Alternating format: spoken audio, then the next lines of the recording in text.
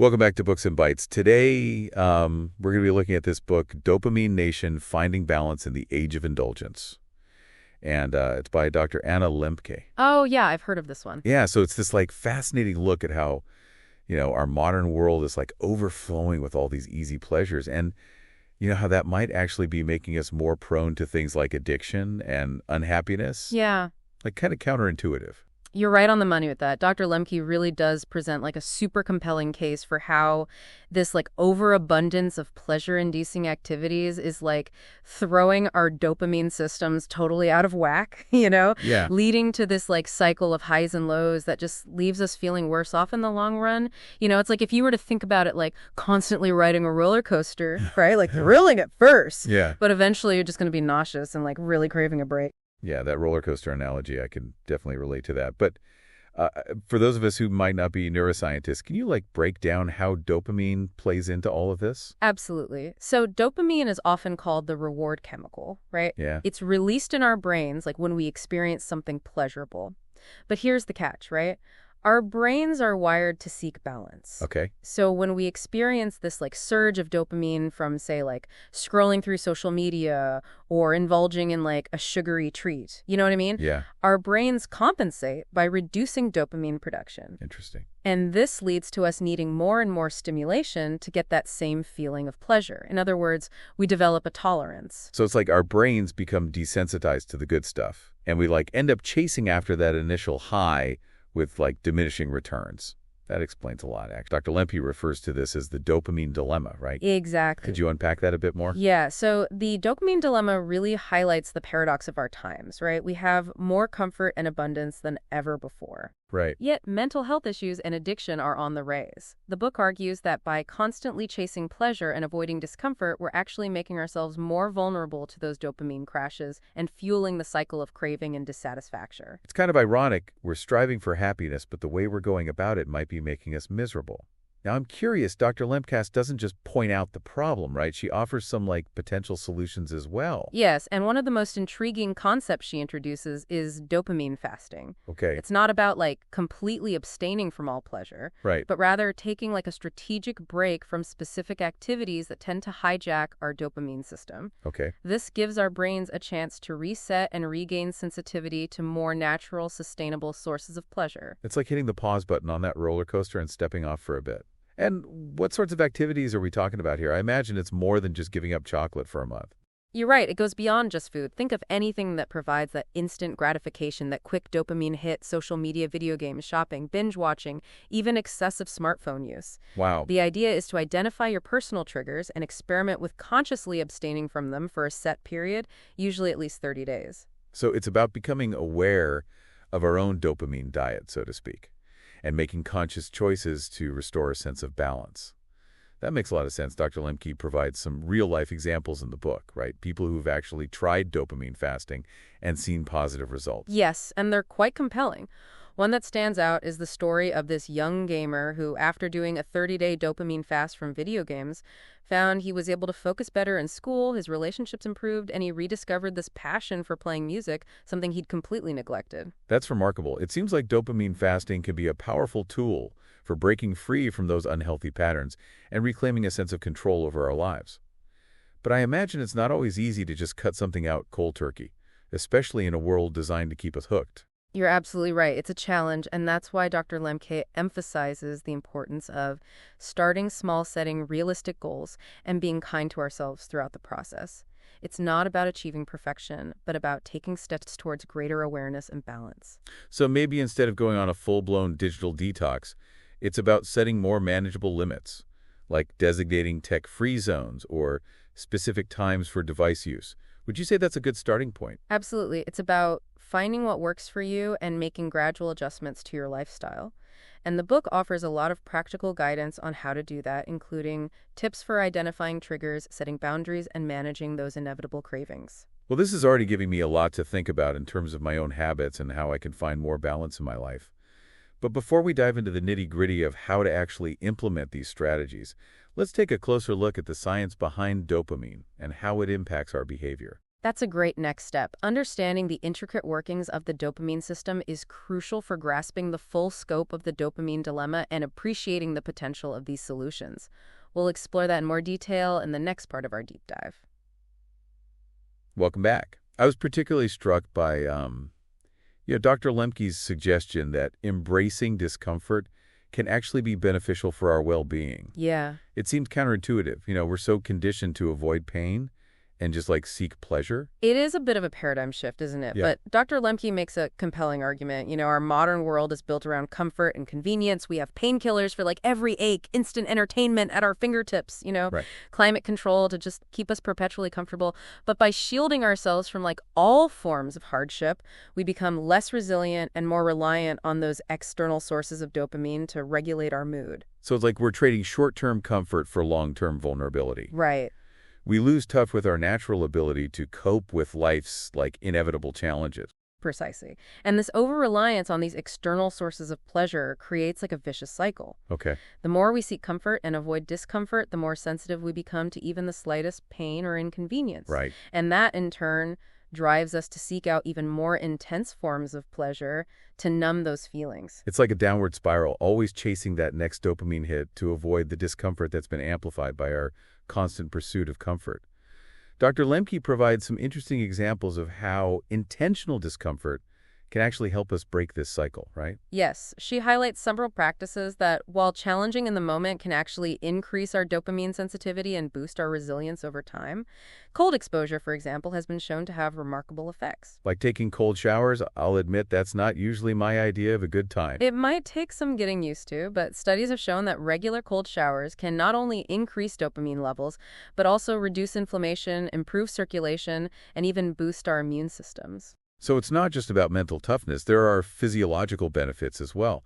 It's amazing how something as simple as changing the temperature of our shower can have such profound impact on our bodies and minds. Another example Dr. Lembke discusses is exercise. Okay. We all know it's good for our physical health, but it also plays a crucial role in regulating our dopamine system. So it's not just about those feel-good endorphins we get during a workout. Not at all. Regular exercise actually helps to increase the production of dopamine receptors in the brain, making us more sensitive to its effects. Okay. This means we can experience pleasure and motivation from less intense stimuli, breaking free from that dependence on those quick dopamine hits. So it's like exercise is helping to rewire our brains for more sustainable satisfaction. It's fascinating how these practices that challenge us physically can also strengthen us mentally and emotionally.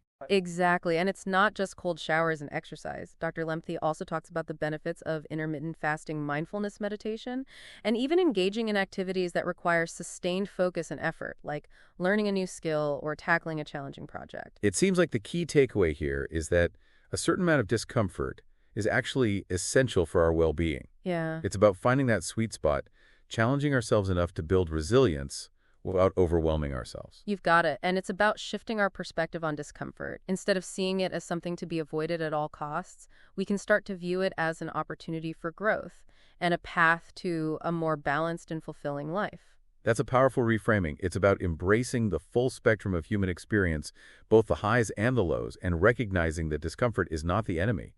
It's often the catalyst for growth and transformation. Well said. And speaking of transformation, one of the most intriguing aspects of Dr. Lemke's book is how she applies these principles to the challenges of raising children in our dopamine-saturated world. Oh, yeah. That's something I'm particularly interested in as a parent myself, It's so easy for kids to get hooked on those instant dopamine hits from video games, social media, and sugary treats. Feels like an uphill battle sometimes. It's definitely a challenge. But Dr. Lemke offers some practical advice for navigating this new terrain.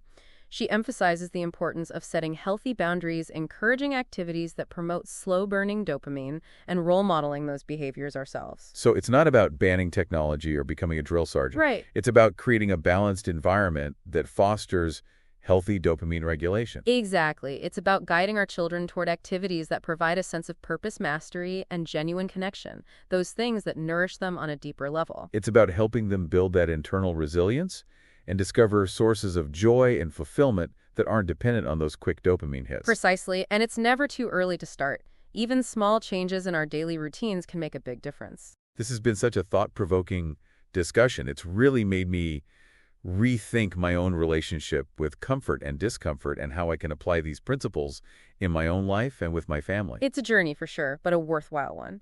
And if the final part of our deep dive, we'll explore some of Dr. Lemke's practical strategies for managing dopamine in daily life and creating a more balanced and fulfilling existence in this dopamine-saturated world. So welcome back to Books and Bites. We've covered a lot of ground in our exploration of Dopamine Nation, like from the dopamine dilemma to, the power of embracing discomfort. Yeah, definitely. Now I'm eager to dope into the practical side of things. What concrete steps can we take to manage our dopamine in daily life and create a more balanced and fulfilling existence? Well, that's the million-dollar question, isn't it? Right. And thankfully, Dr. Lemke provides a wealth of practical strategies in the book. One of the most fundamental steps, as we've touched upon before, is identifying your personal triggers. So it's about becoming aware of those activities or substances that tend to send us down that dopamine rabbit hole. Exactly. And it's different for everyone. For some, it might be social media. For others, it might be sugary snacks or online shopping, The key is to pay attention to your own pattern and notice what tends to hijack your attention and leave you feeling depleted or craving more. Once we've identified those triggers, what's the next step? Do we just try to avoid them completely? That's certainly one approach, and it can be very effective for some. Right. But it's not always realistic or sustainable in the long run. Dr. Lemke offers a range of strategies that go beyond simple avoidance. One that I find particularly helpful is the concept of moderation and mindful consumption. Oh, okay. I'm intrigued. How does that work? It's about shifting our focus from quantity to quality. Instead of mindlessly indulging, we can practice savoring the experience, paying attention to the nuances of pleasure, and stopping before we reach the point of diminishing returns. So it's like bringing mindfulness to our pleasures, really being present in the moment rather than just chasing that next dopamine hit. Precisely. And this can apply to anything from enjoying a delicious meal to watching a favorite TV show. Right. By consciously choosing to engage with our pleasures in a more mindful way, we can actually derive more satisfaction from them and reduce the likelihood of overindulgence. That makes a lot of sense. It's about retraining our brains to appreciate the subtle joys rather than constantly seeking those intense, fleeting highs. Dr. Lembke also talks about the importance of cultivating what she calls slow-burning sources of dopamine, right? Yes, this is a crucial piece of the puzzle. These are activities that might not provide that immediate rush of pleasure, but contribute to a more sustained sense of well-being and fulfillment over time. Okay. Think of things like spending time in nature, nurturing close relationships, pursuing creative endeavors, or engaging in meaningful work. It's about finding joy and purpose in activities that nourish us on a deeper level. Exactly. These activities might require more effort, patience, or even a bit of discomfort up front, but the rewards are far more lasting and satisfying than those quick dopamine fixes. It's like investing in our long-term happiness rather than settling for those short-term highs that ultimately leave us feeling empty. Now, I'm curious, Dr. Lembke also touches on the importance of radical acceptance in this journey. Could you elaborate on what that means and how it can help us navigate the dopamine dilemma?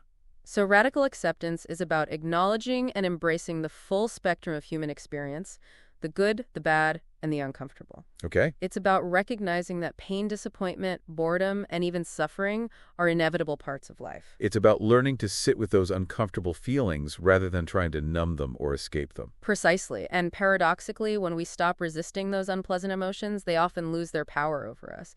We become more resilient and less likely to seek out those dopamine hits as a way of coping. That's a powerful concept. It's about shifting our mindset from one of avoidance to one of acceptance, recognizing that discomfort is not the enemy. It's often a catalyst for growth. Well said. And this ties into another crucial element of Dr. Lemke's approach, self-compassion. When we're struggling with dopamine overload, it's easy to get caught in a cycle of self-criticism and shame. Yeah, we might beat ourselves up for our lack of willpower or feel like we're failing to live up to some ideal. Exactly. Self-compassion is the antidote to that harsh inner critic. It's about treating ourselves with the same kindness and understanding that we would offer to a friend who's going through a tough time. It's about recognizing that we're all human. We all make mistakes and we're all worthy of love and support, even when we're struggling. Absolutely. And this gentle, non-judgmental approach can be incredibly empowering. It allows us to step off the shame spiral and create space for real change. This has been such an eye-opening conversation. Dopamine Nation is a book that truly makes you think about the world we live in and the choices we make every day. It's not just about addiction.